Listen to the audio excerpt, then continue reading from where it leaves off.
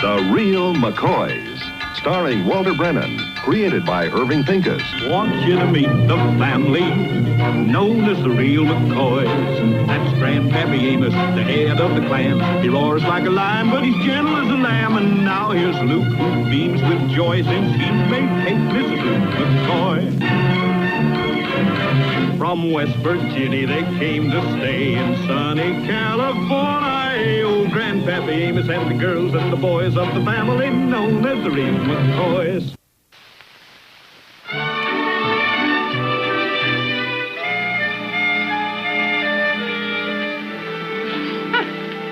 It says here, with them new jet airplanes, a person can have lunch in New York and dinner in London. Well, I don't mind going out to eat once in a while, but that's plumb ridiculous. Grandpa! Yeah, little Luke. Grandpa, if you're in town tonight, will you drop off this library book for me? Well, I'm kind of set for right here this evening, little Luke. George McMichael's coming over to play checkies with me. And if I ain't mistook, that's him right now. Hello there, George. Oh, come on in here. Hi, Amos. Hi, Uncle George. Hi, little Luke. Yes. Hello, Luke. Hi, Kate. Hi, George. How are you? You say, George, ain't you a bit duded up for checkies? That's what I come over to tell you, Amos. I can't play checkers tonight. You can't. No, I'm sorry. I got involved in a little business deal. A business deal? Yeah, that's right. And I got to see some folks about it in a few minutes. So that's why you're all dressed up like this? Is something wrong? Well, George, even... Now, Grandpa, don't you start teasing George. Yeah, don't you pay no attention to Grandpa, George. You look mighty nice overdressed like that. Well, thank you, Luke. I like that yellow tie. Well, it ain't much, but it's special bought to go along with my yellow pocket handkerchief. And they both go along with my yellow socks. What color underwear you wearing, George? Amos, there's a lady present. Well, I'll be going. You say, George, maybe come over tomorrow night and play checkies, huh? Well, depends on how the business deal goes, Amos. I'll call you. Night, George. Night, George. Night. George sure did look nice, didn't he? Yeah, it was real nice, Kate. Well, I think I'll mosey on into town for a spell. Oh, Grandpa, as long as you're going, why don't you take little Luke's book back to the library for him? All right. What are you planning on doing in town tonight, Grandpa? Oh, I got a big evening all set, Luke. If the excitement ain't too much for me, I'm going to watch the folks jaywalking across Main Street. Well, good night. Night.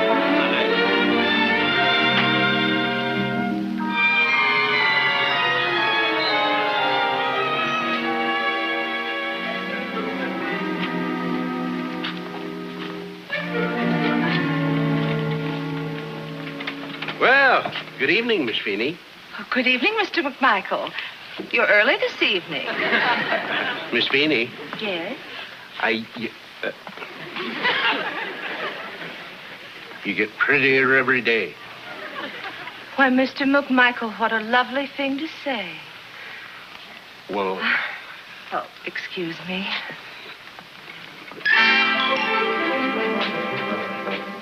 May I help you? Yes, ma'am. This book needs return. I'll take it.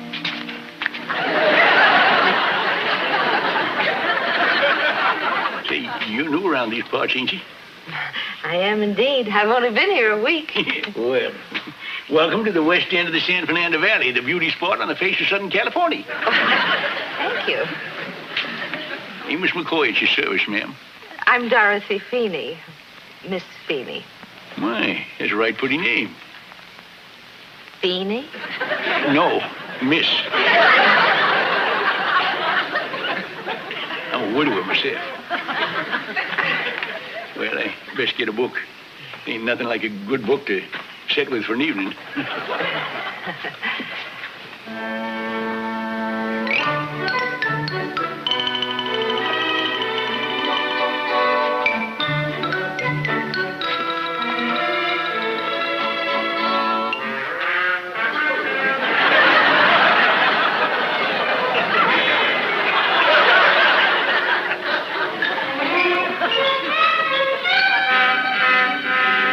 Howdy, George. well, hello, Amos. just dropped by to read up about something in this agricultural journal. You know, about that business deal I was telling you about. You don't say. See, that's a fetching picture of that girl in the bathing suit there, ain't it? Oh, that's Miss Crop Rotation of 1960. Well, she looks like the type's been around, all right. I see you two know each other. Oh, sure. Me and him's been each other's best friends for years. Ain't we, George? Yeah. Yeah, that's right, Amos. How nice. Mr. McMichael's been my most loyal customer. Would you believe it? This is the 5th evening in a row he stopped by. Well, business matters take a lot of looking into. Excuse me. Quite a nice-looking girl, George. Who? You know who as well as I do. And I don't blame you a bit. Now, look here, Amos. What are you up to? Sitting here acting like you can read. Now, look, George. Me and you knows I has trouble with reading and writing, but Miss Feeney don't. Trouble reading and writing, huh? You can't do it at all. Well, if that ain't having trouble with it, what is? The Philosophy of the Early Greeks by Socrates. My goodness. Well, I thought I'd start out with something light.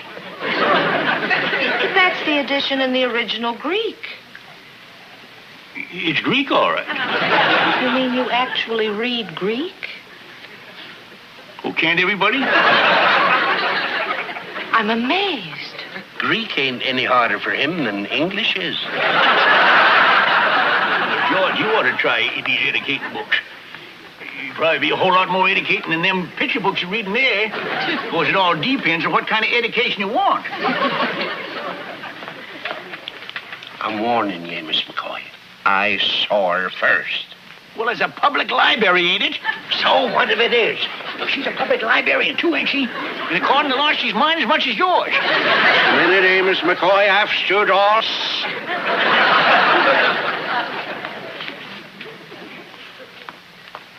Would you like to take that book home with you when you go, Mr. McCoy? I might just do that, Miss Feeney. Fine. You can sign for it on your way out. You mean sign my name? That's right. Well, I just remembered my reading lamp's been sputtering on me. Well, you can stay here and read as long as you like, Mr. McCoy. Oh, thank you, Miss Feeney. You mark my words. Luck's with you tonight, but someday Miss Feeney's going to find out you can't read or write or even sign your name. And when that day comes, oh, I'll be standing in the sidelines laughing like a mule. Well, now, if you don't mind, I'd like to get back to my reading. Let's start with this one. Well, you don't even know what kind of a book that is. I sure do. It's blue.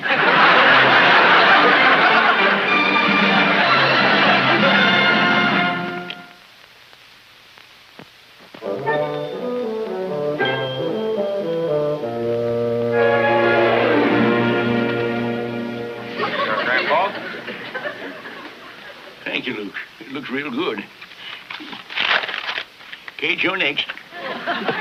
Grandpa, I keep telling you, this ain't the way to learn how to sign your name. It's my name, Luke. Besides, I want to be sure to copy the best one. Well, you're sure going to an awful lot of trouble to please that library lady. I know what I'm doing. Now, come on, Kate, sign my name there, would you?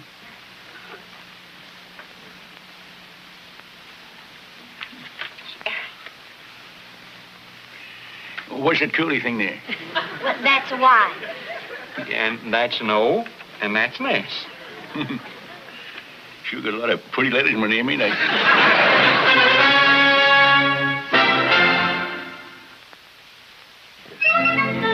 I must have whipped 2 dozen cords before Miss Sniffer picked that one. Oh, George, it's lovely. And the clerk said it was real going out perfume.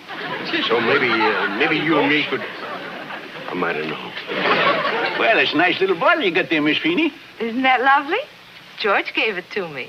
Yeah? Perfume, Amos. It's called the Vie de la Flower. That's French. Well, I'm glad to see your taste is improving, George. Miss Feeney.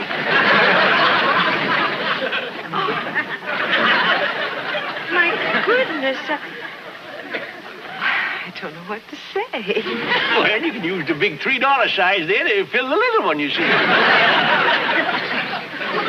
2 dears. But you really shouldn't have done it. Well, George, you ready for your reading exercise? Readier than you'll ever be.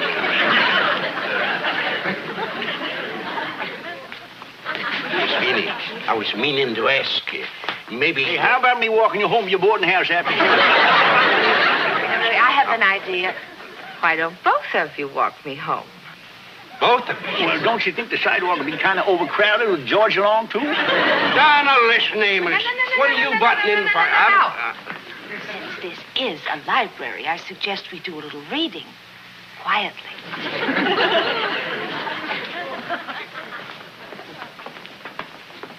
Well, let's see now. I finished off that War and Peace by that Tolstoy fella last night. That was fast. No, he reads faster when there ain't no pictures to slow him up. I think I'd like that. And this one here. This one. Yeah, that's the one I want. Amos, are you planning to read all those books this evening? I have got quite a stack of them, ain't I? Why, Amos, why don't you just take him home? Well, now, I might just do that little thing, George.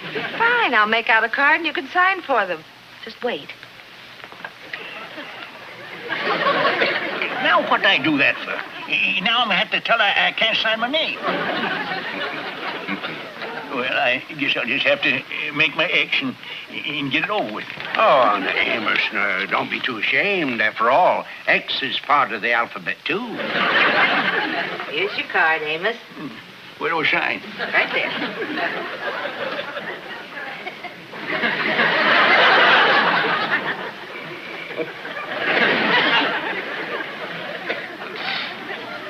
Yeah? What an unusual signature. Yeah, I'm kind of proud of it myself. Took real courage, Amos. I sign his name.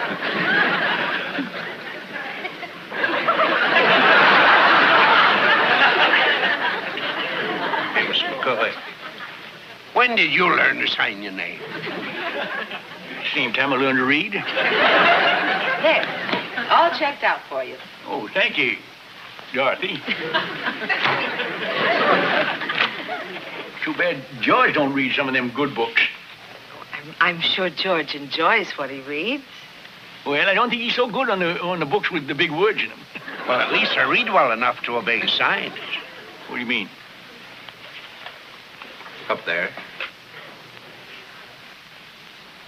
Oh. I never seen it. Oh! What are you laughing at, George? Oh, George is cracking up.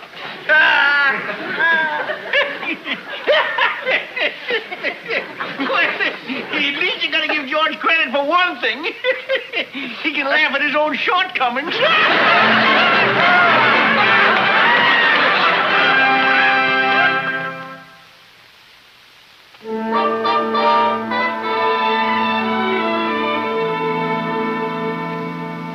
Yep, old Teach used to say, rest his soul.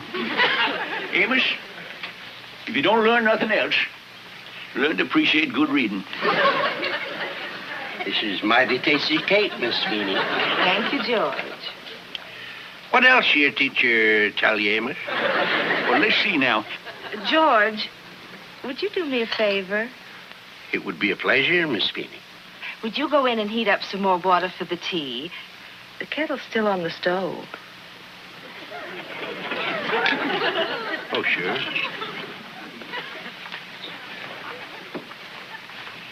And don't hurry back, George. You know the old saying, three's a crowd. Now, there's one of my favorite books. Amos. And once read it 10 times, I read it once.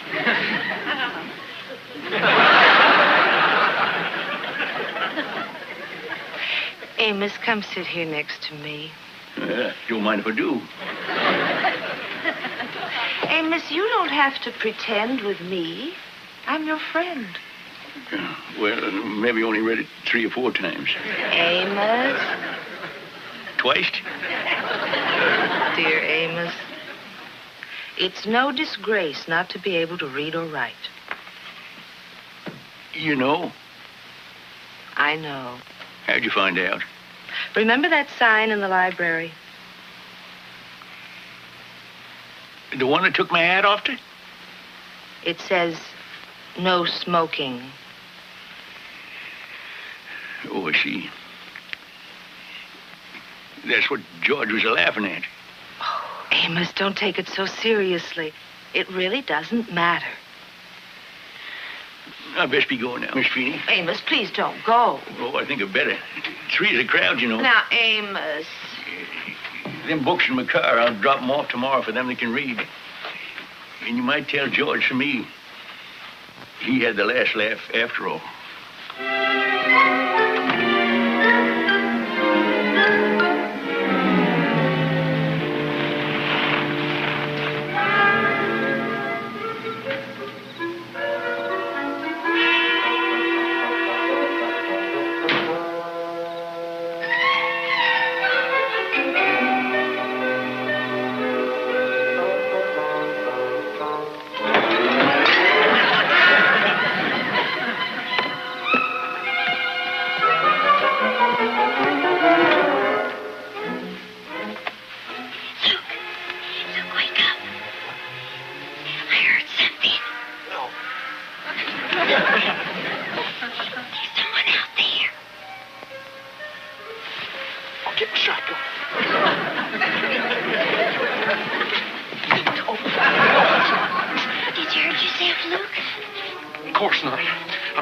Out of the pure joy of being up this early in the morning.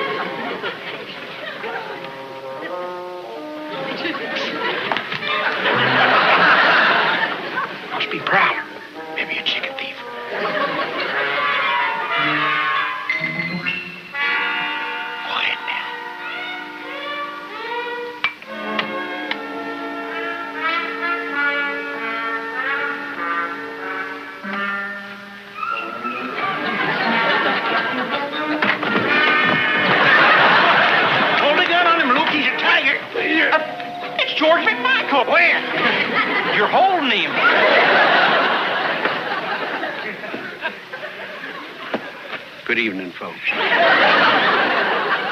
George, what in the world are you doing out here at this time of the night? Well, I just come over... I'd be happy to see a chicken thief. George! Amos, I just had to come over and have a little talk with you. I haven't slept a wink thinking about what I did to you. Well, you're too late when you're thinking. You know all about this, huh? Yes, George. Grandpa told us. Amos, a woman brings out the beast in a man. No offense, Kate. George. Now, if you've had your say, we want to get back to bed. Amos, I don't know how I could have done such a terrible thing to you. You, my best friend. The devil must have got me. Well, if he's figuring on being a friend of yours, he better watch himself. Look, Grandpa, seeing as how George has apologized to you, why don't you two just shake hands and start all over again with Miss Feeney? Luke, the first thing in the morning, I'm returning them 5 books I took out. Then I want to forget about libraries, the people what runs libraries, and the people that goes into libraries. Maybe they can best work this out alone. Night. Night, George. Amos, please. Like Good I said... night. She's all yours.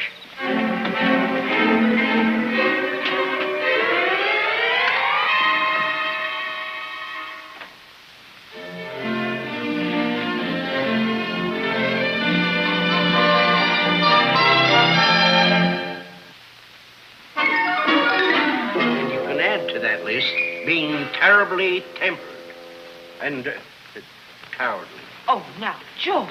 I mean it, and tricky and syphilis, too. He's run me down enough already. And don't let's forget about being full of foul-type language also. I'm sure you're exaggerating. Oh, if you want to know the truth, I ain't told you the half of it.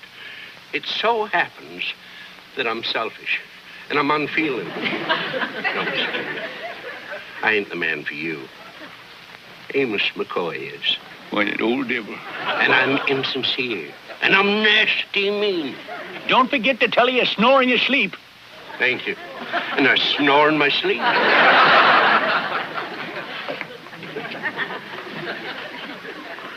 Oh, hello, Amos. What are you doing here? Listening to some of the best line I've heard in years. Now, wait a minute, Amos. Everything I said about myself is... Now, look, Miss Feeney, George McMichael is one of the finest, nicest, most politest... Now, hold on, Amos. I guess I ought to know more about me than you do, and I say that I'm just... Now, both of you. Oh, you sweet, wonderful men. I just can't wait till Cecil meets you. Cecil? Cecil Norton, an old friend from Wilkes-Barre.